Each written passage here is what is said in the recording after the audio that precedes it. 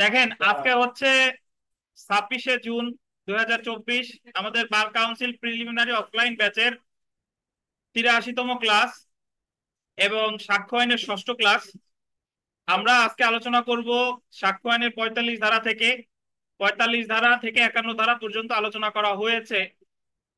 তৃতীয় পক্ষের অভিমত বা তৃতীয় পক্ষের মতামত যখন প্রাসঙ্গিক হতে পারে, opinion of third person when relevant, ধারা 45 থেকে 51। আচ্ছা, নর্মালি দেখেন একটা মামলা যদি দেওয়ানি মামলা বলেন দায়ের করে বাদী, আর বাদী যার বিরুদ্ধে মামলাটা দায়ের করে তাকে বলে বিবাদী। এবং দেওয়ানি মামলায় সাধারণত বাদী বিবাদীর যে সাক্ষীরা আছে তারাই সাক্ষ্য প্রদান করে। যে মামলার পক্ষ না সে কিন্তু কখনো সাক্ষ্য প্রদান করে না। ঠিক একই ভাবে ফৌজদারি মামলা যিনি দায়ের করেন, শেয়ার মামলার ক্ষেত্রে তাকে বলে কমপ্লেইনেন্ট বা নালিশকারী, আর প্রতিপক্ষ তো অ্যাকিউজড। আর শেয়ার মামলার ক্ষেত্রে রাষ্ট্রপক্ষ বা রাষ্ট্রপক্ষ আর প্রতিপক্ষ তো আপনার অ্যাকিউজড বা আসামি। তো কিছু কিছু ক্ষেত্র আছে যে যারা মামলার পক্ষ না তাদের মতামত সাক্ষ্য হিসেবে প্রাসঙ্গিক হতে পারে বা তাদের মতামত আদালত গ্রহণ করতে পারে। এদেরকে বলা হয় তৃতীয় পক্ষ। তৃতীয় পক্ষের মতামত কখন প্রাসঙ্গিক দেখেন, যখন একজন ব্যক্তি মানে একটা হত্যা মামলার বিচার হচ্ছে, তখন নর্মালি আমরা জানি যে যখন লাশ যখন ঘটনা ঘটে সাথে সাথে যে রিপোর্ট করে সেটার বলে সুরতহাল রিপোর্ট বা ইনকোয়েস্ট রিপোর্ট, নাকি মনে আছে? ইনকোয়েস্ট 174 ধারায়। এরপরে সার্জন যে করে হচ্ছে কি পোস্টমর্টেম। পোস্টমর্টেম তো পোস্টমর্টেম করে সেখানে সে মৃত্যুর কারণ বলে যে অমুক জায়গায় আঘাতপ্রাপ্ত হয়েছে, অমুক কারণে তার মৃত্যু সংঘটিত হয়েছে। তাহলে ডাক্তার সাহেব কি এই মামলার কোনো পক্ষ? পক্ষ না।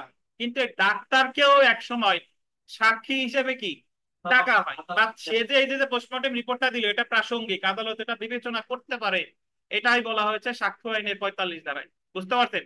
তো আমি তো জাস্ট একটা উদাহরণ দিলাম, অনেক উদাহরণ এরকম হতে পারে যে অনেক সময় আমাদের চেকের সিগনেচার নিয়ে প্রশ্ন উঠছে যে আসলেই কি সে সিগনেচার করছে কিনা, আসলেই আরিফ সাহেবের টিপ সই কিনা। তখন এটা বিশারদের কাছে পাঠাইতে পারে, সে পরীক্ষা নিরীক্ষা করে দেখবে যে আসলেই কি এটা আরিফ সাহেবের টিপ সই বা আরিফ সাহেবের হাতের লেখা কিনা। তো এই যে যে বিভিন্ন ক্ষেত্রে যে বিশারদের মতামত, বা বর্তমানে আমাদের যে নারী ও শিশু নির্যাতন দমন আইনের অধীন ধর্ষণের মামলার ক্ষেত্রে ডিএনএ টেস্ট করতেই হবে, বাধ্যতামূলক। আগে শুধু ডিএনএ টেস্ট করতো শুধুমাত্র যে অপরাধ সংগঠন করছে তার, এখন ডিএনএ টেস্ট করবে মোটামুটি দুই পক্ষেরই করতে হবে। আসামি প্লাস যে ভিকটিম দুইজনেরই কি ডিএনএ করা বাধ্যতামূলক। তাহলে ডিএনএ যে করছে একজন ডাক্তার সাহেব বা একজন সায়েন্টিস্ট করছে, তার মতামত প্রাসঙ্গিক সাক্ষ্য আইনের কত ধারায়? 45 ধারায়।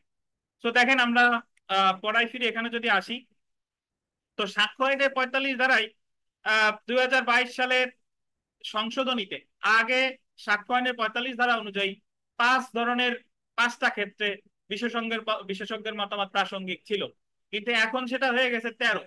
দেখেন আমরা কি পড়ি, সাক্ষ্য হিসেবে মতামতের বা অভিমতের গ্রহণযোগ্যতা, ওপিনিয়ন এভিডেন্স। সাধারণত মামলার পক্ষরা যাদেরকে সাক্ষী হিসেবে উপস্থাপন করে, আন্ডারলাইন করেন, তাদের সাক্ষ্য গ্রহণ করা হয়। অনেক ক্ষেত্রে কোনো ব্যক্তি মামলার, আন্ডারলাইন করেন, পক্ষ না হওয়ার পরেও মামলার পক্ষ দ্বারা সাক্ষ্য দেওয়ার জন্য আহ্বান করা না হলেও তার মতামত বা অভিমত মামলায় প্রাসঙ্গিক হতে পারে। তৃতীয় পক্ষের মতামত অভিমত কখন প্রাসঙ্গিক হবে তা সাক্ষ্য আইনের বল দিবেন 45 থেকে 51 ধারা পর্যন্ত আলোচনা করা হয়েছে। কত ধারা? তৃতীয় পক্ষের এই অভিমতকে অভিমত সাক্ষ্য বা অপিনিয়ন এভিডেন্স বলে, আন্ডারলাইন করেন। বিশারদের মতামত দেখেন বা এক্সপার্ট অপিনিয়ন। সাক্ষ্য আইনের সাধারণ নিয়ম হলো মতামতকে সাক্ষ্য হিসেবে গ্রহণ না করা। মানে সাক্ষ্য আইনের একটা নীতি হলো যে কোনো মতামতকে সাক্ষ্য হিসেবে গ্রহণ করা হবে না। তবে সাক্ষ্য আইনের, আন্ডারলাইন করেন, 45 ধারা এই নিয়মের একটা ব্যতিক্রম। 45 ধারায় নিম্নলিখিত পাঁচটা কেটে লেখেন 13টা। যদি যাদের পুরাতন বই তাদের বইতে আছে পাঁচটা, এটা কেটে লিখবেন কয়টা? 13টা। নিম্নলিখিত 13টি ক্ষেত্রে বিশারদের মতামত সাক্ষ্য হিসেবে প্রাসঙ্গিক করা হয়েছে। এই 13টা আমি একটু বলি, যাদের ফাঁকা জায়গা আছে একটু লেখেন। 1 নম্বরে লেখেন বিদেশি আইন। বিদেশি আইন।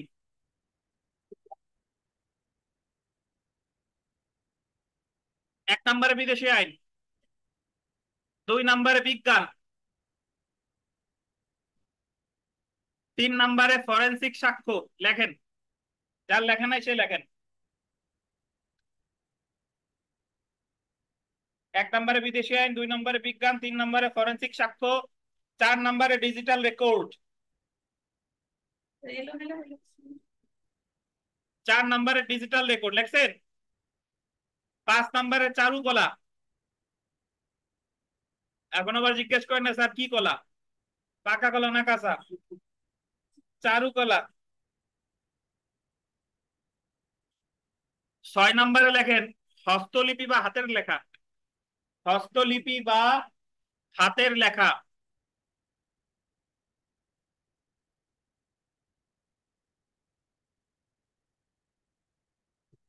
হস্তলিপি বা হাতের লেখা লেখছেন।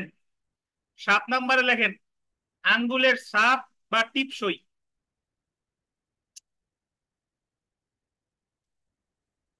আঙ্গুলের ছাপ বা টিপসই। 8 নম্বরে লেখেন পায়ের ছাপ।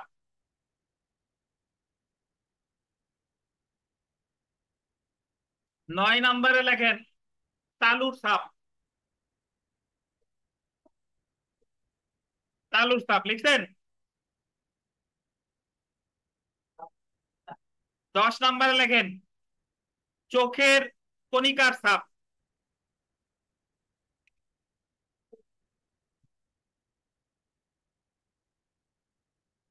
চোখের কণিকার ছাপ। 11 নম্বরে লেখেন টাইপ রাইটিং। Type writing.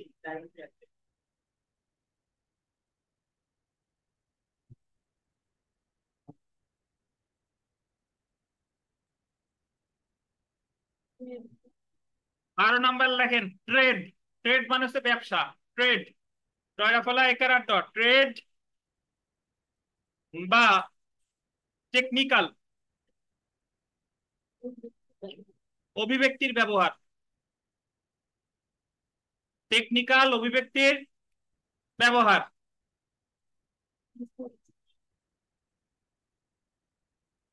13 নম্বরে লিখবেন ব্যক্তি বা প্রাণীর পরিচিতি। ব্যক্তি বা প্রাণীর পরিচিতি।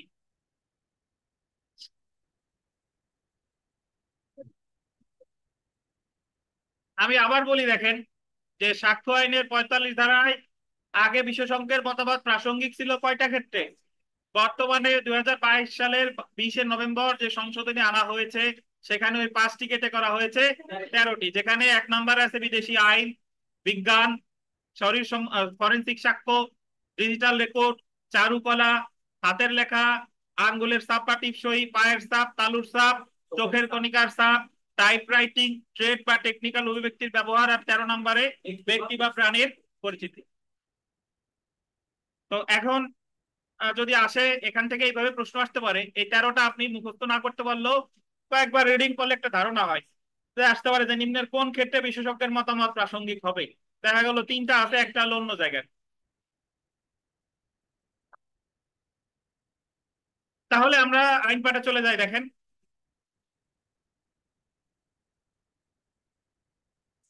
উপরের উল্লেখিত বিষয়ে যে সকল ব্যক্তি আন্ডারলাইন করবেন বিশেষ পারদর্শী তাদের অভিমত আদালত গ্রহণ করতে পারে। মানে যে যে বিষয় পারদর্শী সেই রিলেটেড যদি কোনো ঘটনা ঘটে, মামলায় যদি কোনো ব্যবসা মানে ওই বিষয়ে আসে, তাহলে তার কাছে পাঠাবে, যে তার কাছে পাঠালে যে বিষয় সে কি জানে। জি। এবং সেই অভিমত প্রাসঙ্গিক হবে। তাদের এই অভিমতকে আন্ডারলাইন করবেন বিশারদ অভিমত বা এক্সপার্ট ওপিনিয়ন বলা হয়।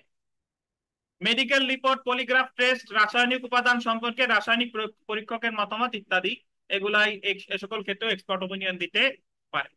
আমরা একটু উদাহরণটা দেখি। দেখেন এ বি কে বিষ প্রয়োগের মাধ্যমে হত্যা করেছে। কিসের মাধ্যমে? বিষ প্রয়োগের দ্বারা বি মারা গেছে বলে মনে করা হচ্ছে। সেই বিষক্রিয়ার কারণে সৃষ্ট লক্ষণ সমূহের বিষয়ে বিশারদের মতামত 45 ধারা। বিষ বিষয়ে যে অভিজ্ঞ তার কাছে পাঠানো কোন ধরনের বিষ, তো এই বিষয়ে সে বিশারদের মতামত দিতে পারে এবং এটা প্রাসঙ্গিক হতে পারে কত ধারায়? 45 ধারায়। আচ্ছা আমরা জেনে রাখা ভালোতে আসি। দেখেন জেনে রাখা ভালো সাক্ষ্য আইনের আন্ডারলাইন করবেন 45 ধারায় বিশারদের অভিমত বা এক্সপার্ট ওপিনিয়নকে সাক্ষ্য হিসেবে প্রাসঙ্গিক করা হয়েছে। 45 ধারার অধীন বিশারদের মতামত আন্ডারলাইন করবেন, গ্রহণ করা বা না করা আদালতের জন্য বিবেচনামূলক। মানে উনি যা বললো তাই কিন্তু কোর্ট একসেপ্ট করতেও পারে, নাও করতে পারে, আর একজনের কাছেও পাঠাতে পারে। অর্থাৎ বিশারদের মতামত আন্ডারলাইন করবেন, আদালতের জন্য বাধ্যকর না। তারপরে দেখেন যে প্রকৃত 45 ধারার অধীন বিশারদের মতামত আন্ডারলাইন করেন, চূড়ান্ত প্রমাণ না, নট এ কনক্লুসিভ প্রুফ, কিন্তু অনুসমর্থন প্রকৃতির, ইনকরবোরেটিভ ইন নেচার। এটা মানে সাবস্ট্যান্টিভ প্রুফ না, এটা হচ্ছে কি অনুসমর্থন প্রকৃতির। অর্থাৎ আন্ডারলাইন করবেন অন্যান্য সাক্ষ্যের সাথে মিলিয়ে আদালত সিদ্ধান্ত নিতে পারে।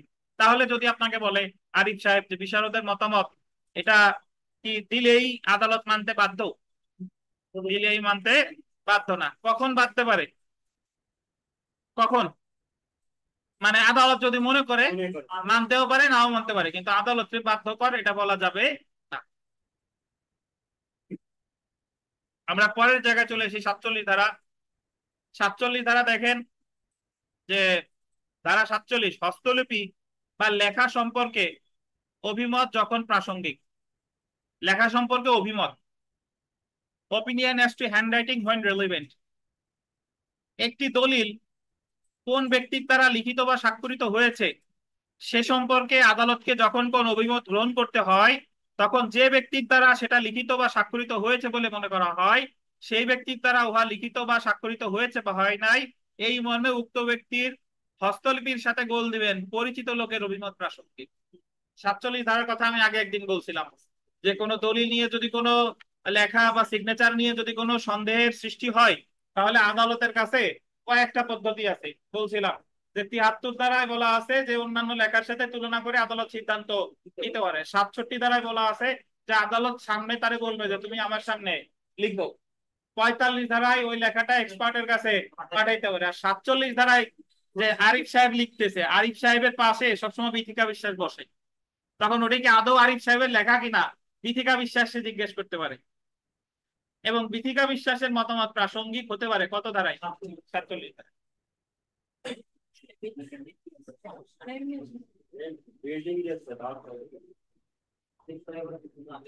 তো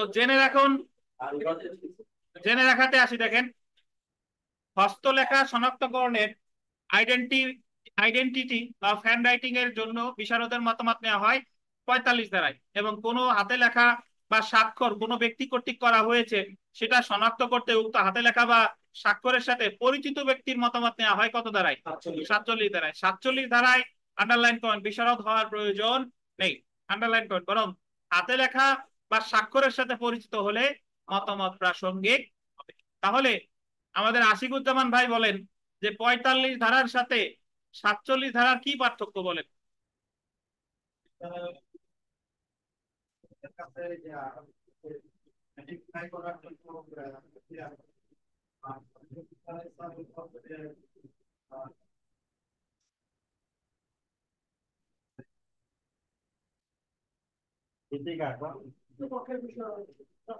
ওনারা বলতে দেন, বলেন বলেন।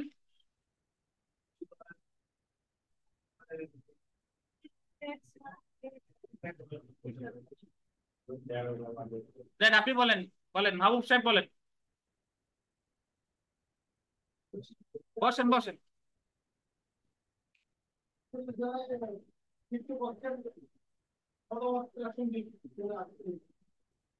রথিন সাহেব।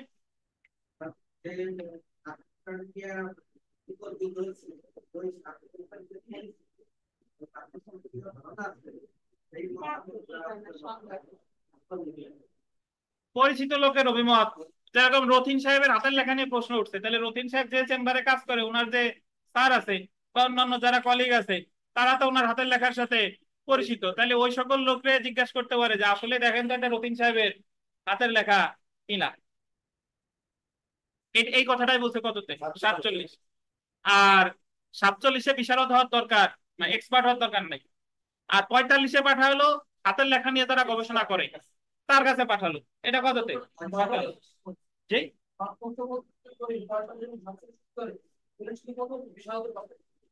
45 হলো এক্সপার্টের কাছে পাঠাচ্ছে, আর 47 হলো পরিচিত লোকের কাছে জিজ্ঞেস করতেছে যে এটা কি হৃদয়ের হাতের লেখা কিনা।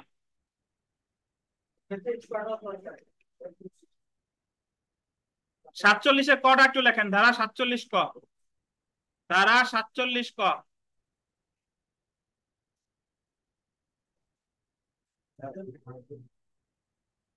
লেখেন ডিজিটাল স্বাক্ষর সম্পর্কে, ধারা 47 ক। কথা কিন্তু ব্র্যাকেট হবে না, ধারা 47 ক। না, ডিজিটাল স্বাক্ষর সম্পর্কে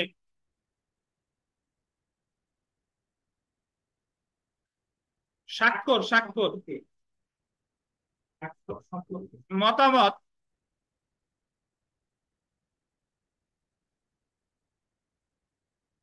যখন প্রাসঙ্গিক।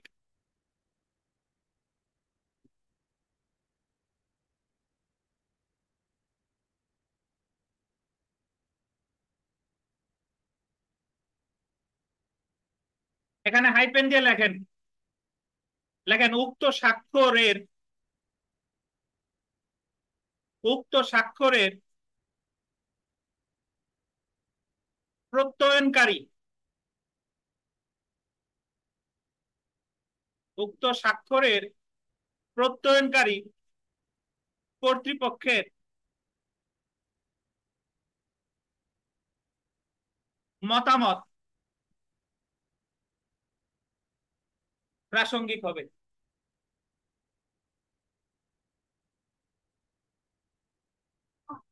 হবে,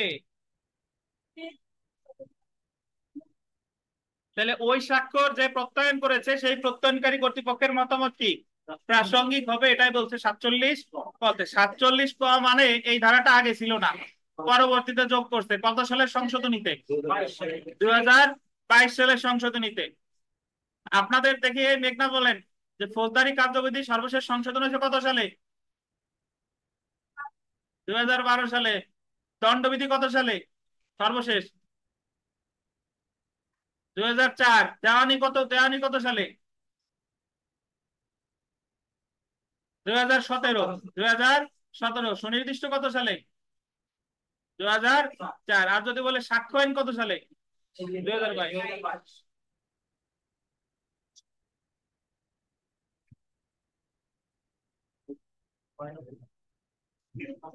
আচ্ছা, তাহলে আমরা জেনে রাখুন এর ওখানে আবার একটু পড়ি, দেখেন কোন অধিকার বা প্রথার অস্তিত্ব থাকলে সেই অধিকার সম্পর্কে আন্ডারলাইন করবেন, যাদের জানা স্বাভাবিক, আন্ডারলাইন করেন অধিকার বা প্রথা, এটা বলবেন আগে। অধিকার বা প্রথা যাদের জানা স্বাভাবিক তাদের অভিমত 48 ধারায় প্রাসঙ্গিক, তাদের অভিমত 48 ধারায় প্রাসঙ্গিক। কি নাই আপনাদের কেন পাইছেন, মিতারে বলেন। কোন অধিকার বা প্রথা আহ মানে অস্তিত্ব থাকলে যাদের জানা স্বাভাবিক তাদের মতামত প্রাসঙ্গিক কত দাঁড়ায়, 48। আমি একটা আলোচনা করি, সামগ্রিক আলোচনা করি। দেখেন অধিকার বা প্রথা প্রথমে আমরা পেয়েছিলাম 13 ধারায়, অধিকার বা প্রথা আমরা পাইছি 32-এর 4। অধিকার বা প্রথা আমরা পেলাম 32-এর 7। অধিকার বা প্রথা আমরা এই যাবার পাইছি কততে, 48। তাহলে আপনার কাছে মনে হতে পারে যে এক অধিকার প্রথা এত জায়গায় কেন, এত জায়গায় কেন। আমি একটু বলি শুনেন। 33 13 ধারায়, 13 ধারায় যে অধিকার বা প্রথা, এটা অধিকার বা প্রথা রিলেটেড কোন দলিলে লেখা থাকতেও পারে, মানুষের মুখের কথাও প্রাসঙ্গিক, মুখের কথাও প্রাসঙ্গিক, দলিলের লেখাও প্রাসঙ্গিক। এটা কত, 13। আর 32-এ যদি কোনো অধিকার প্রথা হয়, 32 মানেই আমার কয় শ্রেণীর ব্যক্তি, 4 শ্রেণী। হয় মারা গেছে, তাহলে হারাই গেছে, তাহলে যে অক্ষম, অথবা যারা হাজির করা কি পেশাপক্ষ। তাহলে যে মারা যাওয়ার আগে যদি কোনো অধিকারের কথা বলে যায়, যদি কোনো প্রথার কথা বলে যায়, তাহলে তার এই বিবৃতিটা প্রাসঙ্গিক 32-এর 4 অথবা 32-এর কততে, 7-এ। বুঝেন কিনা। 48-এ বলতেছে অধিকার বা প্রথার অস্তিত্ব থাকলে যাদের জানা স্বাভাবিক। ধরেন দীনেশ সাহেব একটা ছোট বাচ্চাকে নিয়ে প্রায় আশিকুজ্জামান সাহেবের বাসায় যায়।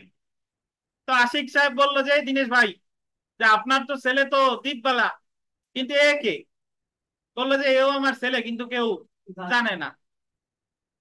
পরবর্তীতে এবং তাহলে আশিক সাহেবের বাসায় অহরহ জানা যা আশা করে, আশিক সাহেব জানে যে এটা হলো দিনেশের ছেলে।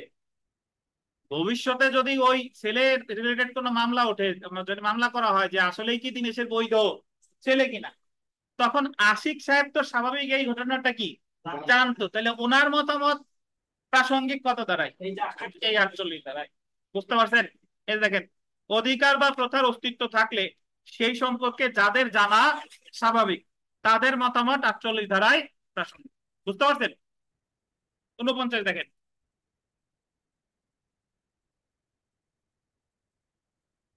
রীতিনীতি মতবাদ ইত্যাদি দ্বারাই প্রাসঙ্গিক করা হয়েছে। রীতিনীতি মতবাদ ইত্যাদি দ্বারাই প্রাসঙ্গিক করা হয়েছে। ধরেন রীতিনীতি যদি আমি এইভাবে বলি যে হিন্দুদের মধ্যে অনেক গোত্রে এক গোত্রের সাথে আরেক গোত্রের বিয়ে যদি বলে যে এটা মানে বিয়ে মানে করা যাবে কিনা, তো এই রিলেটেড যারা এই বিষয়ে জানে, এই রীতিনীতি বিষয়ে, তাদের মতামত প্রাসঙ্গিক কত দাঁড়ায়? এই 49 ধারায়।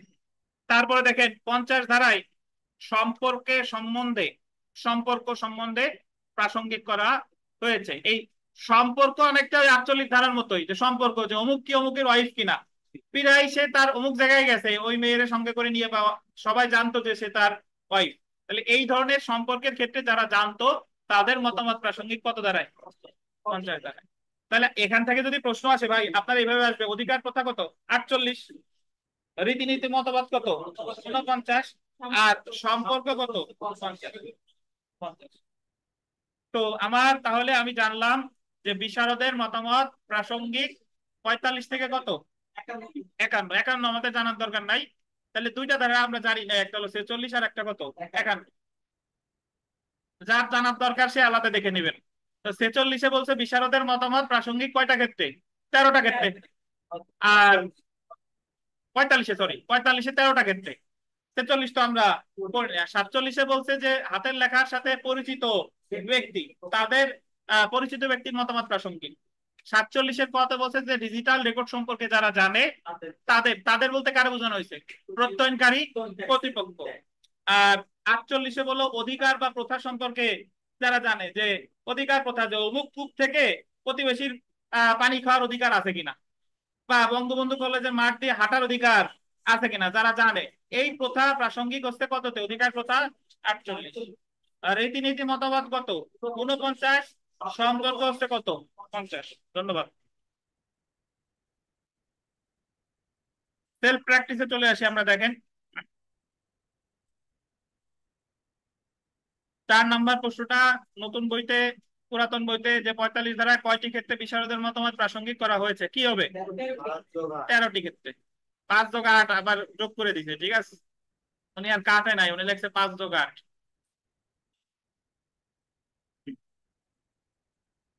আর প্রশ্ন টশ্ন যা আছে এগুলো প্রাসঙ্গিক। 14 নম্বর প্রশ্নটা দেখেন, 14। কোন গ্রামের অধিবাসীদের নির্দিষ্ট কোনো একটি কূপের জল ব্যবহার করার অধিকার থাকলে উক্ত অধিকার বা প্রথার অস্তিত্ব সম্পর্কে অভিমত সাক্ষ্যয়নের কত ধারায় প্রাসঙ্গিক? 15 দেখেন,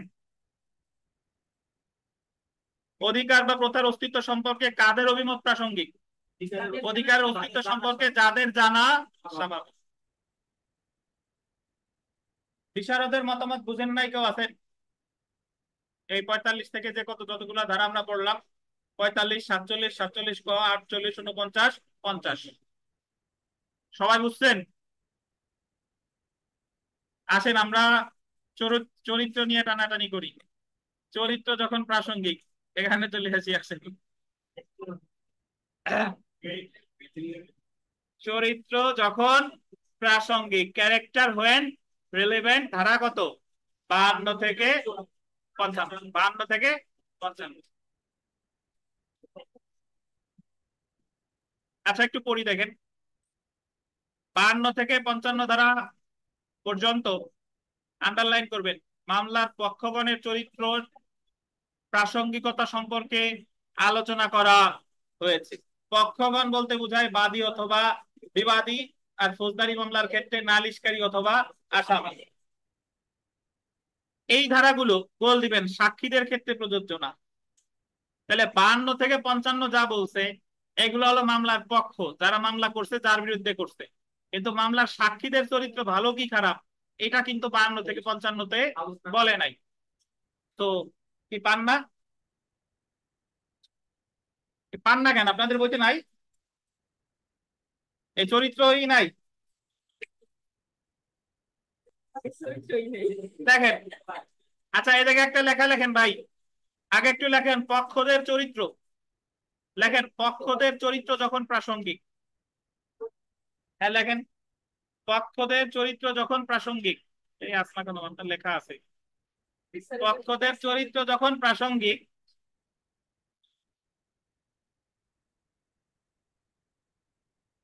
হাইপেন দিয়ে লেখেন ধারা 52 থেকে 55। ধারা 52 থেকে 55।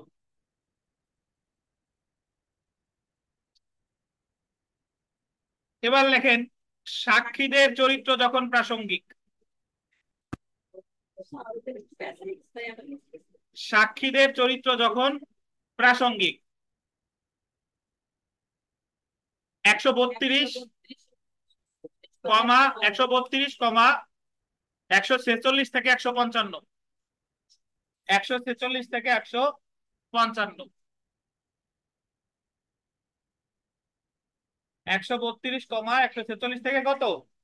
155। তো এখানে একটা জিনিস খেয়াল করেন, যদি পরীক্ষায় আসে যে পক্ষগণের চরিত্র প্রাসঙ্গিক কত থেকে কত দ্বারা, 52 থেকে 55। যদি বলে সাক্ষীদের চরিত্র 132 আর 146 থেকে কত, 155। ধন্যবাদ। এখন আমরা চলে আসি যে ওখানে একটু বাদ ছিল, দেখেন যে পক্ষগণের সাক্ষ্য প্রাসঙ্গিক হবে কি হবে না তা নির্ধারণ করতে দেখতে হবে মামলাটি কি দেওয়ানি নাকি ফৌজদারি প্রকৃতির। তো আমরা চলে আসি, দেখেন দেওয়ানি মকদ্দমার ক্ষেত্রে আন্ডারলাইন করেন, দেওয়ানি মকদ্দমার ক্ষেত্রে অর্থাৎ দেওয়ানি মামলার ক্ষেত্রে কখন চরিত্র প্রাসঙ্গিক নাকি অপ্রাসঙ্গিক এটা একটু পড়বো। দেখেন দেওয়ানি মামলায় আন্ডারলাইন করেন পক্ষগণের চরিত্র অপ্রাসঙ্গিক, আন্ডারলাইন করেন, এবং অগ্রহণযোগ্য। ধারা 52। ধারা বা বলতেছে যে দেওয়ানি মামলায় পক্ষগণের চরিত্র ভালো কি খারাপ এটা আদালত আমলে নিবে না, এটা অপ্রাসঙ্গিক। এটা বললো কত দ্বারাই, মানে যদি এরকম করে যে আমরা সাধারণত বলি যে মাসুদের বিরুদ্ধে মামলা করতে, ধরেন মিতা, মিতা বললো মামলায় লেখছে যে মাসুদ আমার বেদখল করছে অমুক জায়গা থেকে, এবং মাসুদের স্বভাবই হচ্ছে মানুষের বেদখল করা। তাহলে এই যে যে মাসুদের স্বভাব খারাপ, আগে থেকে চরিত্র খারাপ, বেদখল করে, সে খুব হত্যাকারী, খুন করে, যত যত প্রকার অপরাধ আছে সে করে, এই দখলের মামলায় মাসুদের চরিত্র প্রাসঙ্গিক হবে কিনা দেওয়ানি মামলায়, বলে প্রাসঙ্গিক হবে না। আবার মাসুদ এসে যদি বলে যে মিতার কাজই হচ্ছে শুধুমাত্র এই ধরনের মামলা করা, তাহলে এটাও কি প্রাসঙ্গিক হবে না। এটাই বলছে কত ধারায়, 52। তাহলে 52 ধারায় বললো যে পক্ষগণের চরিত্র অপ্রাসঙ্গিক এবং কি অগ্রহণযোগ্য। কিন্তু দেখেন দেওয়ানিতে কিন্তু চরিত্র সম্পর্কিত সাক্ষ্য আন্ডারলাইন করবেন যা ক্ষতিপূরণকে প্রভাবিত করতে পারে তা দেওয়ানি মোকদ্দমায় গ্রহণযোগ্য। মানে হচ্ছে যে ক্ষতিপূরণের মামলায়, কি মামলায়, ক্ষতিপূরণের মামলায় পক্ষগণের চরিত্র প্রাসঙ্গিক। যদি ওটা ক্ষতিপূরণের মামলায় যদি ক্ষতিপূরণকে প্রভাবিত করতে পারে তাহলে আবার চরিত্র কি প্রাসঙ্গিক। তাহলে আপনি মনে রাখবেন যে দেওয়ানি মামলার তা যদি হয় ক্ষতিপূরণ রিলেটেড, তাহলে সেই ক্ষেত্রে চরিত্র প্রাসঙ্গিক। এটা কত দাঁড়ায়, বুঝতে পারছেন? তাহলে আমি যদি দেওয়ানি মামলায় পক্ষগণের চরিত্রের কথা বলে 52 আর কত, 55, 52-তে বললো যে পক্ষগণের চরিত্র অপ্রাসঙ্গিক অগ্রহণযোগ্য, কিন্তু প্রাসঙ্গিক হবে কত দ্বারাই, 55 দ্বারাই। কোন ধরনের মামলায়? আমি বললাম যে মাসুদ আমার কাছে, মাসুদ আমার বিরুদ্ধে মানহানিকর বক্তব্য প্রকাশ করতে, মাসুদের কাছে আমি 10 কোটি টাকা ক্ষতিপূরণ চাই। আমি এই মামলায় দেখাতে পারি যে ওরা না, এই যে দেখেন মাসুদ, মাসুদের হচ্ছে এই মানুষ নিয়ে আজে বাজে কথা বলা, এর আগেও এর বিরুদ্ধে অনেক মানুষ মাসুদের বিরুদ্ধে মানহানির মামলা করছে, মানে ওনার চরিত্রই খারাপ। তাহলে এই ক্ষেত্রে আমি ক্ষতিপূরণ কি পাবো কি পাবো না, এই জায়গায় চরিত্র কিটা কি প্রাসঙ্গিক। অথবা উনি বলতে পারে যে বাদীর কাজই হচ্ছে মানুষের বিরুদ্ধে ক্ষতিপূরণের মামলা করে বেড়ানো, কিছু হইলেই ক্ষতিপূরণের মামলা করে। তাহলে এই ক্ষেত্রেও চরিত্র প্রাসঙ্গিক কততে, 55। বুঝতে পারছেন? এই মেঘনা বলেন 52 আর 55-এর ভিতরে পার্থক্য কি?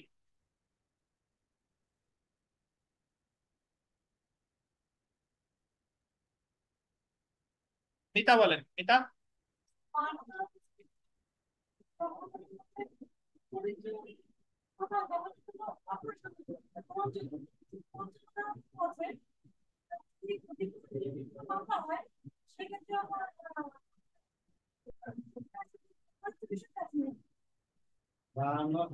ক্ষতিপূরণ ছাড়া এখানে যদিও ক্ষতিপূরণের কথা বলছে, আর একটা ক্ষেত্রে প্রাসঙ্গিক, সেটা হলো আপনার ওই বিবাহ বিচ্ছেদ রিলেটেড মামলায়, যে স্বামীর চরিত্র খারাপ হয় পয়সা বিবাহ বিচ্ছেদের মামলা করছে, বুঝতে পারছেন? প্রাসঙ্গিক, জি, এখানে নাই, এমনি বলতেছি। এবার আমরা চলে এসে ফৌজদারি মামলা।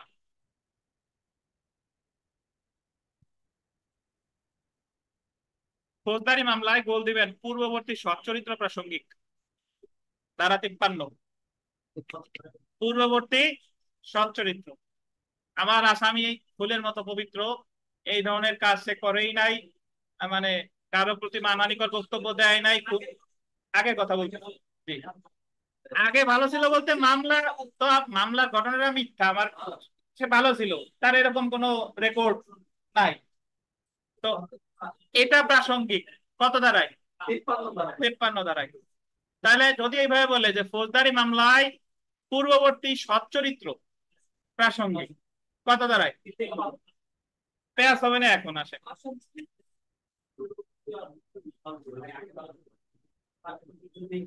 দেখেন, ফৌজদারি মামলায় আসামির চরিত্র খারাপ, বল দিবেন ইহা অপ্রাসঙ্গিক। আসামির চরিত্র খারাপ মানে আমরা অনেক সময় বলি না যে আসামি হচ্ছে পরধন লোভী, লুটপাট করে, এই ধরনের আকাম কুকাম সে করে বেড়ায়, এই কথা যদি বাদী বলে, এই কথা যদি বাদী বলে, এটা অপ্রাসঙ্গিক। এটা কি? অপ্রাসঙ্গিক।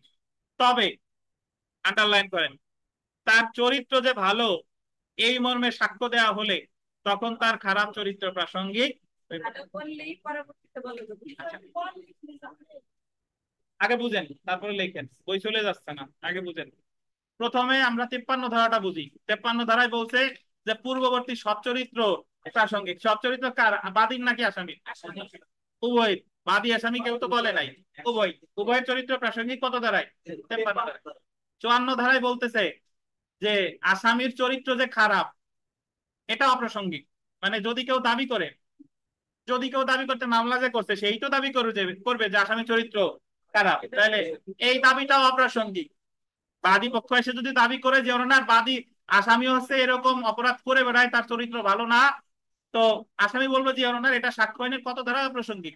54 ধারায়। তবে কারণ বাদী পক্ষ কিছু বলে নাই, আসামি এসে নিজে নিজেরা বলতেছে যে আমার চরিত্র হলো ফুলের মতো পবিত্র, আমি এই কোন এরকম ধরনের কোনো অপরাধ তো করিই নাই, আমার পূর্বের কোনো রেকর্ড নাই। যখনই সে সচ্চরিত্রের সুবিধাটা নিল, তখনই তার যে চরিত্র খারাপ এটা প্রাসঙ্গিক হয়ে যাবে। বুঝেন কিনা?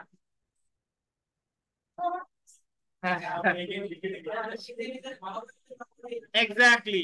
মানে ধরেন একটা ফৌজদারি মামলা চলমান আছে, তো ফৌজদারি মামলা চলমান থাকা অবস্থায় আগে এইভাবে চিন্তা করেন।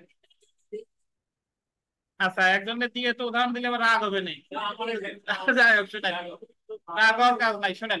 ডিপজল দিয়ে উদাহরণ দেই।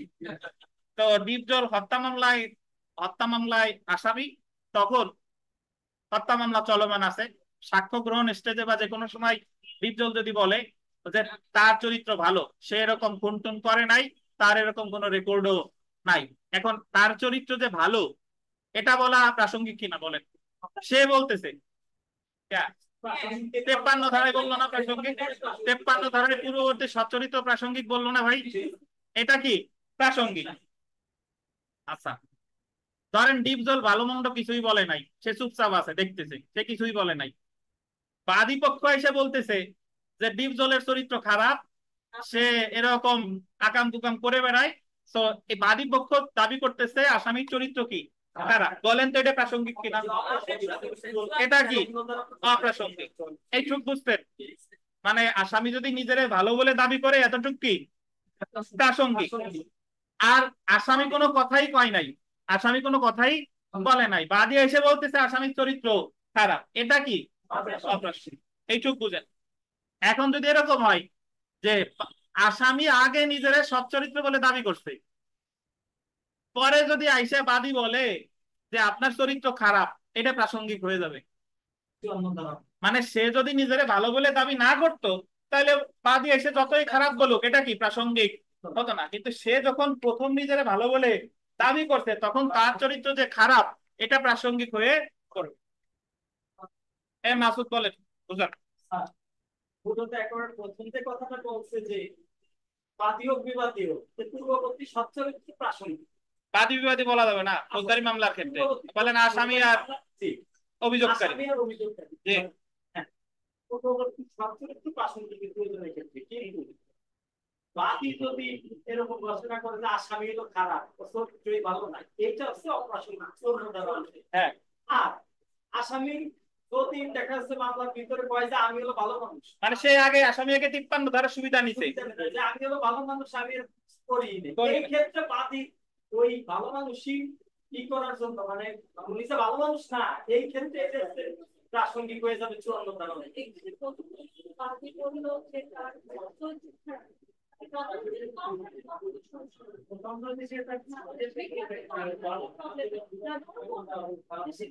আমি আর কাউন্টার দিতে যাব না।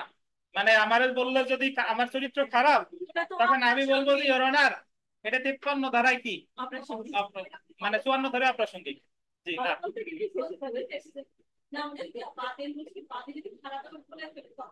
ওটা দায়ভার বাদীর উপর বর্তায়, এটা অপ্রাসঙ্গিক।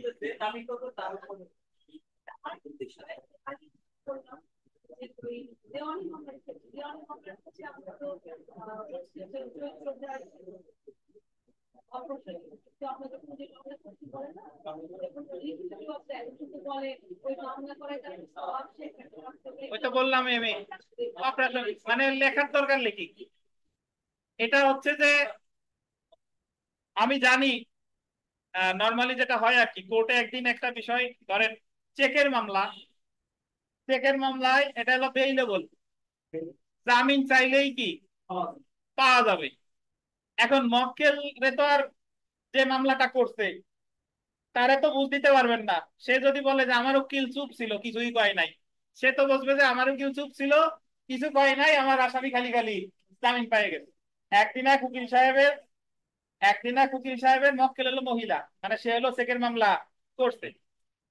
তো করার পরে সে এমনি উকিলে বলছে যে আপনি বাধা দিবেন একেবারে অনেক। উকিল সাহেব কয়েকজন এসে বলতেছে যে ভাই চেকের মামলা, আসামি তো এমনি জামিন পাবে না, আপনারা একটু আমার সাথে একটু দাঁড়ায় একটু কইেন যাতে মক্কেল বোঝে, যে চেষ্টা করে কথা কয়। তো ওর ভিতরে একজন দুষ্টামি করে যখন উনি দাঁড়াইছে, দাঁড়ানোর পরে ওই কথাটা ওই জামিন তো পেয়ে বেরিয়ে গেছে। তোর দুষ্টামি করে মক্কেল মহিলারে বলতেছে দেখছেন আপনার উকিল যদি আর একটু ভালো হয়ে বলতো তাহলে কিন্তু জামিন হতো না। বুঝতে পারছেন? এখন বিষয়টা হচ্ছে যে ওই যে আমরা আরজিতে লিখি যে বড়ধন লোভী, খারাপ, দুর্নীতিবাজ, দাঙ্গাবাজ, এগুলো হচ্ছে এমনি লেখার দরকার, লেখার লিখি, বাট অ্যাকচুয়ালি হ্যাঁ প্রচলিত প্রথা। বাট যে রেকর্ডিং ইন প্রগ্রেস। আচ্ছা ধরেন ক্রিকেটার নাসির হোসেন বিয়ে করছে তামিমাকে, তামিমার এক্স হাজবেন্ড হচ্ছে রাকিব। তো রাকিব ধরেন মামলা করলো নাসির হোসেন আর তামিমার বিরুদ্ধে। যদি এই মামলাটা করে, ধরেন বাইগামির মামলা করছে 494 ধারায়, যে এক স্বামী থাকা অবস্থায় ডিভোর্স না দিয়েই আর একটা বিবাহ সে করেছে। তো এই মামলার যিনি দায়ের করেছে সে হলো রাকিব। আর এই মামলার অভিযুক্ত কারা কারা, আসামি কে কে, নাসির আর তামিমা। আচ্ছা ধরেন তামিমাই হলো, মামলাটা তো মেইনলি তামিমার বিরুদ্ধে হয় আর কি, কারণ উনি তো বিয়েটা করছে। তাই এখন ধরেন যে এই মামলায় যদি ওই রাকিব যদি বলে যে তামিমার চরিত্র খারাপ, আগে থেকেই সেই একাধিক রিলেশন এরকম করছে, আগেও বিভিন্ন সময় এই কাজগুলো করছে, আমি ইগনোর করে আসতেছিলাম, কিন্তু এখন এসে সে নাসির রে বিয়ে করছে। তাহলে এই যে যে তার স্বামী যে কথাগুলো বললো যে তামিমা কিন্তু ভালো মন্দ এখনো কিছু বলে নাই, তো রাকিব এসে বলতেছে যে তার ওয়াইফের চরিত্র খারাপ, বলেন তো এটা প্রাসঙ্গিক কিনা? এটা প্রাসঙ্গিক হবে না। কত দ্বারাই? 54 দ্বারাই।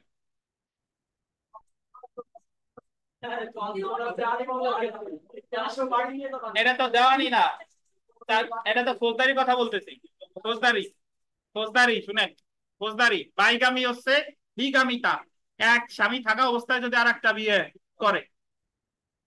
ধরেন রাকিব কিছু বলে নাই, রাকিব তো মামলা করলো, তামিমা এসে বলতেছে যে তার চরিত্র ভালো, বলেন তো এটা প্রাসঙ্গিক কিনা?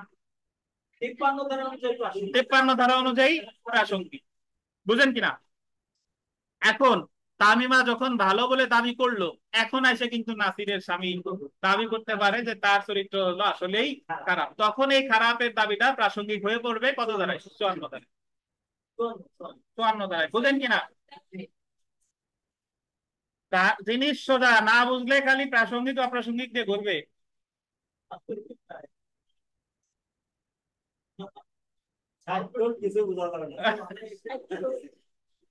না, বোঝা যাবে না কেন? আমরা তো সাক্ষ্য আইন যতই মানে একটু কঠিন হোক না কেন, নিরস সাবজেক্ট হোক না কেন, আমরা তো চেষ্টা করতেছি বোঝানোর। বলেন। হ্যাঁ,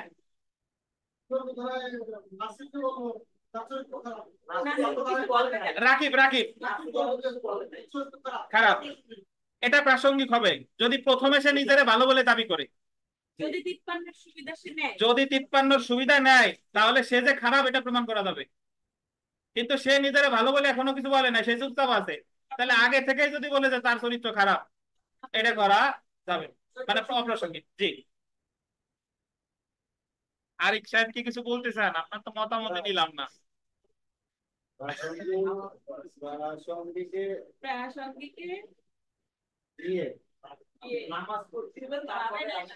আচ্ছা, এটা শেষ করি, এটা শেষ করি তারা।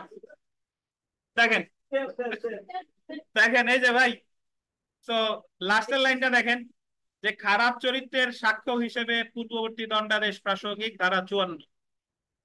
খারাপ চরিত্রের সাক্ষ্য হিসেবে পূর্ববর্তী দণ্ডাদেশ প্রাসঙ্গিক। বাদী এসে বলতেছে ইওর অনার, ডিপজল এরকম খুন আগেও করছে, এই যে এরকম চুরি, গরু চুরি আগেও করছে, এই যে দেখেন আগে সে দণ্ড দণ্ড পাইছে। তো এই ক্ষেত্রে এটা প্রাসঙ্গিক কত ধারায়? 54 ধারায়।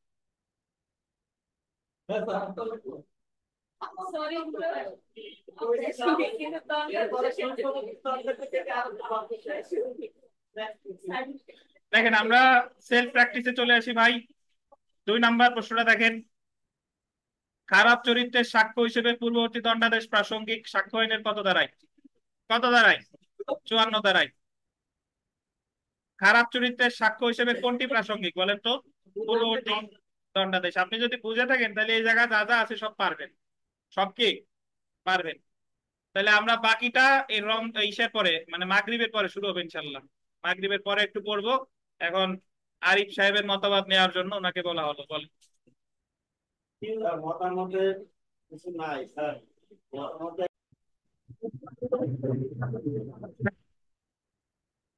তো বিরতির পরে আমরা ক্লাস শুরু করি। দেখেন, যেসব ঘটনা প্রমাণ করার প্রয়োজন নাই, ধারা 56 থেকে 58।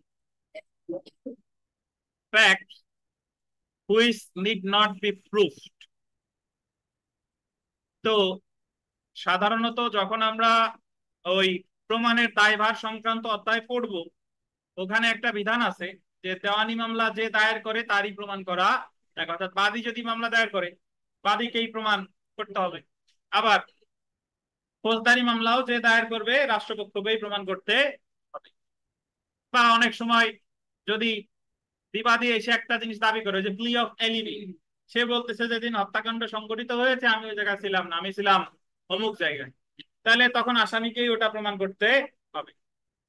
তবে ফৌজদারি কার্য আমাদের এই সাক্ষ্য আইনের এই যে যে অধ্যায়টা, এখানে কিছু কিছু বিষয়ের কথা বলেছে যে এই সকল বিষয় যদি আপনি আদালতে উপস্থাপন করেন তখন ওটা আর প্রমাণের প্রয়োজন নাই। সাধারণত আপনাদের মনে আছে কিনা যে কোনো দলিল যদি প্রত্যয়নের বিধান থাকে তাহলে সর্বনিম্ন কয়জন সাক্ষীর দ্বারা প্রমাণ করা লাগে? একজন। ওই যে 68 থেকে 72। কিন্তু কিছু কিছু ক্ষেত্র আছে যে আদালতে যদি আপনি কোনো দলিল দেখান বা কোনো ডকুমেন্ট যদি দেখান, তাহলে আদালত ধরে নিবে এটা প্রমাণিত, এবং ওই বিষয়টা আপনার আর সাক্ষী দ্বারা প্রমাণের কোনো প্রয়োজন নাই।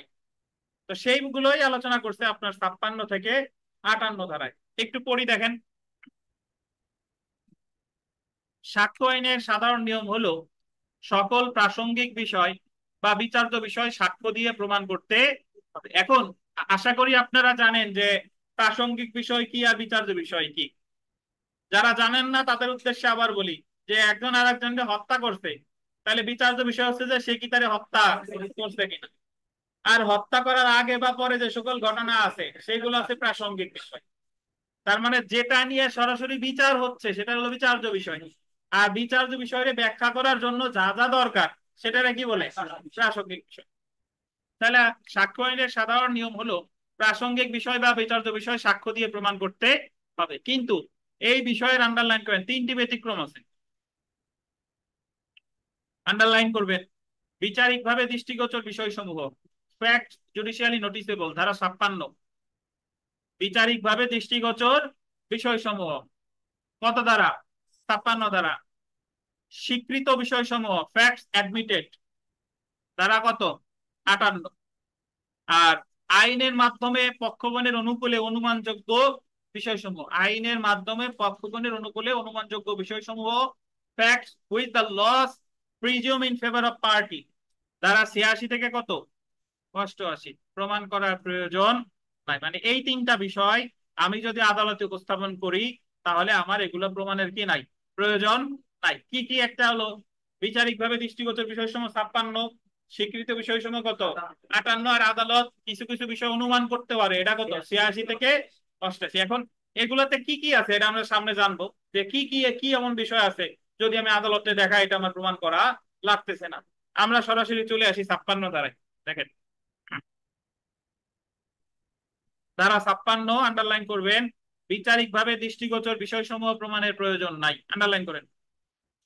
পরীক্ষায় এই লাইনটাই আসে যে বিচারিকভাবে দৃষ্টিগোচর বিষয়সমূহ প্রমাণের প্রয়োজন নাই। কত ধারায় বলছে? 56 ধারায়। 58 গায়ে 56 ধারায় বলা হয়েছে, আন্ডারলাইন করেন, যে সকল বিষয় বিচারিক দৃষ্টিগোচরে নিবে সেগুলো প্রমাণ করার প্রয়োজন নাই। ইংলিশ লাইনটা আন্ডারলাইন করেন, no fact of which the court will take judicial notice need not to be proved. এখন আপনার মনে প্রশ্ন আসতে পারে যে যে সকল বিষয় দৃষ্টিগোচরে নিবে, আমরা তো বিষয়ের কথা জানলাম, তা প্রমাণের প্রয়োজন নাই, কিন্তু কোন কোন বিষয় নিবে তা কিন্তু 56-তে বলে নাই, তাই বলছে 57-তে। বললো যে আমি খাবার খাই, কিন্তু কি কি খাবার খাই তা কিন্তু 56-তে নাই। আমি খাবার খাই এটা আছে 56-তে, আর কি কি খাবার খাই এটা আছে কততে? 57-তে। তাহলে 56-তে বলতেছে যে বিচারিক ভাবে দৃষ্টিগোচর যে সকল বিষয় নিবে তার প্রমাণের প্রয়োজন নাই। কত দাঁড়ায়? 56। এখন আপনার আপনার মনে প্রশ্ন আসতে পারে তাহলে কোন কোন বিষয়গুলো বিচারিক ভাবে দৃষ্টিগোচরে নিবে, এই কথাটা কিন্তু 56-তে নাই, এটা আছে কততে? 57। তো আমরা পড়ি যে বিচারিক ভাবে দৃষ্টিগোচর অর্থ আসলে কি এটা একটু জানা দরকার। টু টেক বা টেক জুডিশিয়াল নোটিশ, আন্ডারলাইন করেন, বিচারিক দৃষ্টিগোচরে নিতে পারে। অর্থ হলো, আন্ডারলাইন করেন, প্রমাণ ছাড়া কোনো কিছু বিদ্যমান আছে বা কোনো কিছু সত্য বলে স্বীকৃতি দেওয়া। মানে আপনি আদালতে দেখালেন, আদালত ধরে নিল এই বিষয়টা সত্য, এটা আর প্রমাণ করার দরকার নাই। নর্মালি যে কোনো দলিল দেখাইলে ওই দলিল আদালত যদি বলে প্রমাণ করো তাহলে অবশ্যই প্রমাণ করতে হবে, কিন্তু যেগুলো বিচারিক ভাবে দৃষ্টিগোচর বিষয় সমূহ সেগুলো আদালতে দেখলে আর কি, দেখাইলে আর প্রমাণ করা লাগবে না। আদালত, আন্ডারলাইন করবেন, যে সকল আহ, বিষয় জুডিশিয়াল নোটিসে নিতে পারে তা সাক্ষ্য আইনের কত ধারায় বলছে? 57 ধারা। আপনারা পরীক্ষায় প্রশ্ন আসলে অনেকে কনফিউজড হয়ে যান যে এটা কি 56 ধারা নাকি 57 ধারা। যদি বলে যে প্রমাণের প্রয়োজন নাই 56, আর কোন কোন বিষয়গুলো প্রমাণের প্রয়োজন নাই সেই বিষয়ের তালিকাগুলো বলছে কততে? 57। এই যে দেখেন 57 ধারা। আহ যে সকল বিষয়সমূহ আদালতকে বিচারিক দৃষ্টিগোচরে নিতে হয়, 57 ধারা আন্ডারলাইন করেন। 57 ধারার অধীন গোল দিবেন 11টি বিষয়ের উপর বিচারিক দৃষ্টিগোচরে রাখা আদালতের জন্য গোল দিবেন বাধ্যতামূলক। কয়টা বিষয় 11টা। বিচারিক দৃষ্টিগোচরে রাখা আদালতের জন্য বাধ্যতামূলক? কয়টা? 11টা। 11টা। দেখেন, বাংলাদেশের সকল আইন সমূহ, আন্ডারলাইন করেন, সকল আইন সমূহ। এটার অর্থ যখন আমরা কোর্টে যদি দেখায় যে ওনার অমুক আইনে এই কথা আছে, দেখেন এই যে নারী ও শিশু নির্যাতন দমন আইনের এত ধারা এই কথা আছে, তাহলে ওই কথা দেখানোর সাথে সাথে ধরে নিতে হবে এটা কি প্রমাণিত। আদালত আপনারা আর বলবেন না যে দেখাইছেন আগে প্রমাণ করেন, এটা আর কি বলবে না। তাহলে বাংলাদেশের সকল আইন কিসে নিবে? জুডিশিয়াল নোটিশ বলে গণ্য হবে, মানে বিচারিক ভাবে দৃষ্টিগোচরে দিবে, এই কথা আদালত ধরে নিবে, এটা প্রমাণিত। তারপরে দেখেন, সশস্ত্র বাহিনীর জন্য যাবতীয় অস্ত্র ও রসদ, আর্টিকেলস অফ ওয়ার। বাংলাদেশের সেনাবাহিনী বলেন, নৌবাহিনী বলেন, এই সকল বাহিনীর যে যাবতীয় অস্ত্র আছে বা রসদ আছে, রসদ ওই আর্টিকেলস, রসদ বলতে অন্যান্য সরঞ্জাম, অস্ত্র হচ্ছে, এগুলা ধরে নেওয়া হবে কি, এগুলা জুডিশিয়াল নোটিশ। যদি বলে যে এটা হলো সেনাবাহিনীর যুদ্ধের বিমান বা যুদ্ধের কামান, তাহলে ধরে নিবে এটা আসলেই সেনাবাহিনীর যুদ্ধের কামান। বুঝতে পারছেন? তাহলে 1 নম্বরে পেলাম বাংলাদেশের আইন সমূহ, 2 নম্বরে পেলাম সশস্ত্র বাহিনীর যাবতীয় অস্ত্র বা রসদ। 3 নম্বরে দেখেন আইনসভার কার্য, the course of proceeding of parliament. Masud সাহেব, আইনসভা কারে বলে? আইনসভা আমাদের দেশে আইনসভা হচ্ছে জাতীয় সংসদ। সংসদ। আইনসভা মানে যে জায়গায় আইন প্রণয়ন করা হয়, আমাদের দেশে সকল আইন প্রণয়ন করা হয় জাতীয় সংসদে। তাহলে আইনসভা যা যাই করুক না কেন, ধরে নিতে হবে সবকিছু কি প্রমাণিত। আপনারা কি জানেন যে জাতীয় সংসদে যত কথা হয়, যা যা বলা হয়, সবকিছু লিখিত থাকে, স্যার এটা কি সবকিছু লিপিবদ্ধকৃত থাকে। তাতে ওখানে যদি কেউ গালাগালিও করে, ওই কথাও কি লিখিত থাকবে। তাহলে এই জিনিসটারে বলে এই আইনসভার যাবতীয় যত কার্য আছে সব ধরে নিতে হবে প্রমাণিত বা জুডিশিয়াল নোটিসেবল। তারপরে আসেন নিম্নলিখিত সিল, বাংলাদেশের সকল আদালত সমূহের সিল। চিফ জুডিশিয়াল বলেন, দায়রা জজ বলেন, তারপরে নারী শিশু বিচারক বলেন, সবগুলার কি সিল। সহকারী জজ বলেন, অ্যাডমিরালিটি বা সামুদ্রিক এখতিয়ার সম্পন্ন আদালতের সিল। অ্যাডমিরালিটি আর না ও অ্যাডমিরালিটি ও সামুদ্রিক এখতিয়ার সম্পন্ন আদালতের সিল, ও বা নিয়ে এটা টেনশন নাই। দেখেন, নোটারি পাবলিকের সিল, বাও দিতে পারেন, নোটারি পাবলিকের সিল। নোটারি পাবলিক কারে বলে আরিফ সাহেব? স্যার? নোটারি পাবলিক তো বাংলাদেশ স্যার সরকারি তাহলে তখন তো বাংলাদেশ যারা এফিডেভিটের কাজ করে, এফিডেভিট করে, তারা বলে কি নোটারি নোটারি পাবলিক। তাহলে নোটারি পাবলিক ওই যে লাল একটা সিল লাগাই দেয়, দেখছেন না, লাল সিল লাগাই দেয়, তাহলে ওই সিল ধরে নিতে হবে এটাও জুডিশিয়াল নোটিসেবল ধরা হবে, যে এটা ঠিকঠাক ভাবে প্রমাণিত আছে। সকল সিল দেখেন, সকল সিল যেটা বাংলাদেশে বলবৎ যে কোনো আইনের দ্বারা কোনো ব্যক্তি ব্যবহারের জন্য ক্ষমতাপ্রাপ্ত। ধরেন অনেক ক্ষেত্রে এরকম হয় যে সরকার প্রথম শ্রেণীর কর্মকর্তা সত্যায়িত করেন, তার সিল থাকে না, জি তাহলে এই সকল সিলও ধরে নিতে হবে কি এটা ঠিকঠাক ভাবে, এটা আর আলাদা করে প্রমাণের প্রয়োজন নাই। 5 নম্বরে আসেন, বাংলাদেশে কোনো সরকারি পদে, আন্ডারলাইন করেন, সরকারি পদে কারো যোগদানের বিষয়ে সরকারি গেজেট। সরকারি চাকরি হলে গেজেট হয়, বিসিএস কর্মকর্তা হোক, সহকারী জজ হোক, তাদের গেজেট হওয়ার পরে চাকরিতে নিয়োগপ্রাপ্ত হয়। তাহলে যদি কোনো গেজেট দেখানো হয়, ধরে নেওয়া হবে এটার গেজেট ঠিকঠাক আছে, আলাদা করে প্রমাণ করা লাগবে না। 6 নম্বরে দেখেন, সরকার কর্তৃক, আন্ডারলাইন করেন, স্বীকৃত প্রত্যেক রাষ্ট্র সার্বভৌম রাজা বা রানীর অস্তিত্ব, উপাধি, আবার কি জাতীয় পতাকা। তাহলে সরকার কর্তৃক স্বীকৃতি দিছে কারে কারে? রাষ্ট্র দিছে, সার্বভৌম রাজা বা রানীর অস্তিত্ব, উপাধি, জাতীয় পতাকা। বলেন তো বাংলাদেশ সরকার ইসরায়েলের স্বীকৃতি দিছে কিনা? তাহলে ইসরায়েলের কোনো বিষয় যদি বলেন, এটা কি জুডিশিয়াল নোটিসেবল? এটা জুডিশিয়াল নোটিসেবল না, ওইটা অবশ্যই কি প্রমাণ করতে আদালত বলতে পারে যে এটা প্রমাণ করুন। জি। 7 নম্বরে দেখেন, সময়ের বিভাগ সমূহ। আপনারা মোবাইল ঠিক করার সময় বাংলাদেশে +6 ঠিক করছেন কখনো? সময় গ্রিনিচ মিন টাইম, মান মন্দির, সময়ের মান মন্দির, যে আমাকে হলো +6, ভারতের হলো 5.5 ঘন্টা, তো এরকম পাকিস্তানের হলো 5 ঘন্টা, +5। মানে সময়ের যে বিভাগ সমূহ, এটা এটাও আদালত কি মনে করবে প্রমাণিত। ভৌগোলিক বিভাগ সমূহ, আমাদের পৃথিবীর যে ভৌগোলিক যে মহাদেশ আছে, যে অমুক জায়গা অমুক দেশ আছে, এগুলাও ধরে নিবে কি প্রমাণিত। সরকারি গেজেটে প্রজ্ঞাপিত, আন্ডারলাইন করেন, সর্বসাধারণের উৎসব, উপবাস বা ছুটি সমূহ। উৎসব তো বুঝেন, দুর্গা পূজা, তারপরে ঈদ, অন্যান্য যা আছে, উপবাস মানে রমজান মাস হতে পারে, বা অন্যান্য যা আছে, বা ছুটি সমূহ, এগুলা যাই হোক না কেন সরকার যদি গেজেটে প্রকাশ করে ধরে নিতে হবে এটা ঠিকঠাক ভাবে আছে। 8-এ আসি, বাংলাদেশের ভূখণ্ড সমূহ। বাংলাদেশের জেলা কয়টা আর বিভাগ? বিভাগ 6টা, 8টা, ছয়টা বলবেন? আচ্ছা 2টা পারছে। 8টা।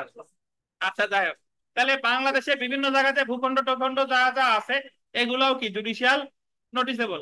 তারপরে দেখেন, বাংলাদেশের সাথে আন্ডারলাইন কেন, অপর রাষ্ট্র বা সংগঠনের বিরোধ আরম্ভ হওয়া, চলতে থাকা বা অবসান হওয়া। বাংলাদেশের সাথে যদি মায়ানমারের বিরোধ লাগে, বা 1971 সালে পাকিস্তানের সাথে যুদ্ধ হয়েছিল, এটা যদি বলি যে 1971 সালে পাকিস্তানের সাথে যুদ্ধ হয়েছিল, এটা কি জুডিশিয়াল নোটিসেবল, প্রমাণিত। 10 নম্বরে দেখেন, আদালতের সদস্য এবং কর্মকর্তাগণ, আদালতে যারা চাকরি করে বা জজ ম্যাজিস্ট্রেট যারা আছে এবং তাদের অধীনস্থ যে অফিসার আছে তারা, বা সহকারীগণ, এবং আদালতের কার্য সম্পাদনকারী অন্যান্য কর্মকর্তাগণের আইন অনুসারে আদালতে উপস্থিত হয়ে আন্ডারলাইন মকদ্দমা পরিচালনায় ক্ষমতাপ্রাপ্ত সকল অ্যাডভোকেট, বলতেন কি সকল অ্যাডভোকেট এবং অন্যান্য ব্যক্তিদের। আরিফ সাহেব ধরেন হায়ারে গেছে, উনি মাদারীপুর জেলা ও দায়রা জজে জামিন শুনানি করতে, তখন যদি ওনারে বলা হয় যে ইনি হলো আরিফ সাহেব অ্যাডভোকেট গোপালগঞ্জ, প্রাথমিকভাবে ধরে নিবে কি এটা প্রমাণিত। আরিফ সাহেবরে কিন্তু বলবে না যে অ্যাডভোকেট আপনার দেখান, প্রমাণ করেন, এটা প্রাথমিকভাবে কি বলবে না, ধরে নিবে এটা জুডিশিয়ালি নোটিসেবল বা যথাযথভাবে প্রমাণিত। তারপরে দেখেন, স্থল বা সমুদ্র পথের নিয়মাবলী। গোপালগঞ্জ থেকে ঢাকা যাইতে পদ্মা সেতু হয়ে কত কিলোমিটার, বা যদি আপনি আরিচা দিয়ে যান এত কিলোমিটার, রেল লাইন আছে এত থেকে এত কিলোমিটার, স্থল বা সমুদ্র পথের যে নিয়মাবলী আছে এইগুলাও কি প্রমাণ করার প্রয়োজন নাই, এগুলাও হচ্ছে আপনার জুডিশিয়াল নোটিসেবল। তো এই এই 11টা আপনি এখন থেকেই মনে রাখবেন, লিখিত পরীক্ষার জন্য গুরুত্বপূর্ণ। যে পরীক্ষায় প্রশ্ন আসে যে জুডিশিয়াল কোন কোন বিষয়গুলো আদালত বিচারিক ভাবে দৃষ্টিগোচরে নিতে পারেন, তখন এই 11টা আপনার সিরিয়ালি মনে রাখার দরকার নাই, কিন্তু আপনার মনে রাখতে হবে। দেখেন 58 ধারা, দেখেন ধারা 58, স্বীকৃত ঘটনা সমূহ প্রমাণ করার প্রয়োজন নেই, facts admitted need not B proved. এরকম একটা বিষয়, স্বীকৃত দলিল যদি স্বীকার করেন প্রমাণের প্রয়োজন নাই। কোন জায়গা পড়ছিলাম বলেন? দলিল স্বীকার করে, দলিল সম্পাদনের বিষয় স্বীকার করলে প্রমাণের প্রয়োজন নেই। 70 ধারা, 70 মনে আছে কিনা, ভুলে গেছেন আপনারা? দলিল সম্পাদন স্বীকার করলে আর প্রমাণের প্রয়োজন নাই। কত দ্বারা? 70। ওই যে 68-তে একজন দ্বারা প্রমাণ করা লাগবে, 69-এ যদি হারায় যায় মারা যায় স্বাক্ষর দ্বারা প্রমাণ করা যাবে, 70-এ স্বীকার করলে দরকার নাই, 71-এ বলছে যে যদি কেউ স্বীকার করতে না চায় আর একজনের দ্বারা প্রমাণ করা যাবে, 72-এ বলছে অপ্রত্যায়িত দলিল প্রমাণের পদ্ধতি, মনে আছে? ঠিক একই ভাবে যদি কেউ কোনো ঘটনা স্বীকার করে, 70 ছিল শুধুমাত্র দলিল স্বীকার, 70 ছিল কি দলিল স্বীকার, আর 58-তে বলছে কি ঘটনা স্বীকার। দুটার ভিতর পার্থক্য আছে। যদি আপনাকে বলে দলিল সম্পাদনের বিষয় স্বীকার করছে তাহলে কত? 70। আর যদি বলে স্বীকৃত ঘটনা সমূহ ঘটনা স্বীকার করে তাহলে কত? 58। দেখেন 58 ধারায় বলা হয়েছে মকদ্দমার পক্ষ, আন্ডারলাইন করবেন, বা তাদের প্রতিনিধি যে সকল বিষয় বা ঘটনা স্বীকার করেছে বা যে সকল বিষয়ে একমত পোষণ করেছে তা প্রমাণের প্রয়োজন নাই।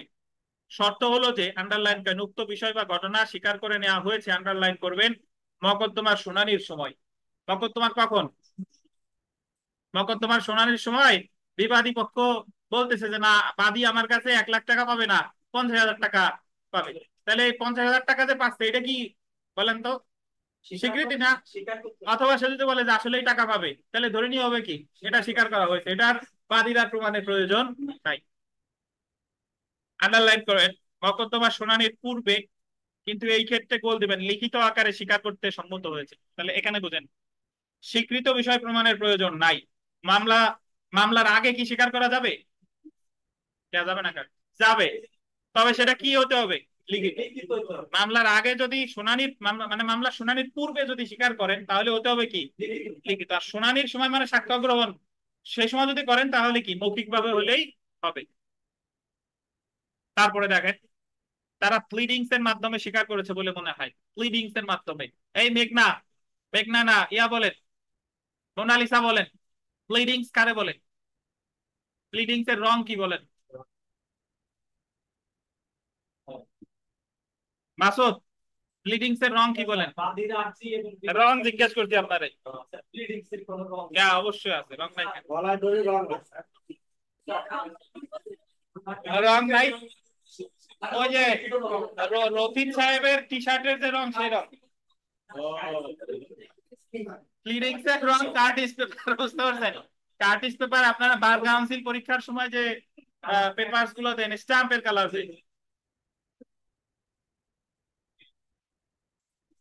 বুঝতে পারছেন? তাহলে সংক্ষেপে জেনে রাখা ভালো। আমরা আসি, আমরা প্রায় শেষ পর্যায়ে চলে আসছি। দেখেন 56 ধারায় বলা হয়েছে বিচারিক ভাবে দৃষ্টিগোচর বিষয়সমূহ প্রমাণের প্রয়োজন নাই। 57 ধারায় যে সকল বিষয়ের ক্ষেত্রে আদালত অবশ্যই বিচারিক ভাবে দৃষ্টিগোচর নিবে তার একটি তালিকা দেওয়া হয়েছে। 57 ধারায় বল দিবেন 11টি বিষয় আদালতকে অবশ্যই বিচারিক দৃষ্টিগোচর নিতে হবে। 57 ধারার অধীন উল্লেখিত বিষয়ের ক্ষেত্রে বিচারিক দৃষ্টিগোচরে রাখা আদালতের জন্য বল দিবেন বাধ্যতামূলক। এখানে স্টার দিয়ে লেখেন তবে চূড়ান্ত প্রমাণ নয়। পাশে লেখেন যে চূড়ান্ত প্রমাণ নয়, মানে খণ্ডনযোগ্য। এই যে 11টা, এটা খণ্ডন করা যাবে, চূড়ান্ত প্রমাণ নয়, নট কনক্লুসিভ প্রুফ।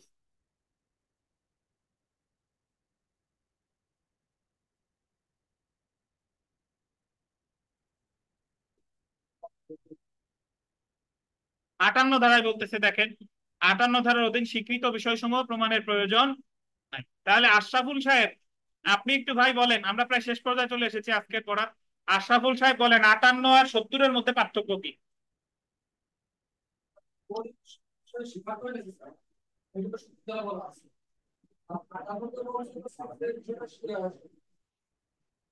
ঘটনা বা অন্যান্য বিষয় যদি স্বীকার করে নেয়, মামলা শুনানির সময় পারে, পূর্বে পারে, তাহলে প্লিডিংস এর মাধ্যমে পারে। এটা হচ্ছে কত বলেন তো, কোনটার পরিধি বেশি, 70-এর নাকি 58-র? স্তব বেশি কোনটার? দেখলাম 58-র বেশি নাকি? 58 দলিল সম্পর্কিত হইতে পারে বা অন্য ঘটনা সম্পর্কিত হতে পারে, কিন্তু 70 শুধুমাত্র কি দলিল সম্পর্কিত।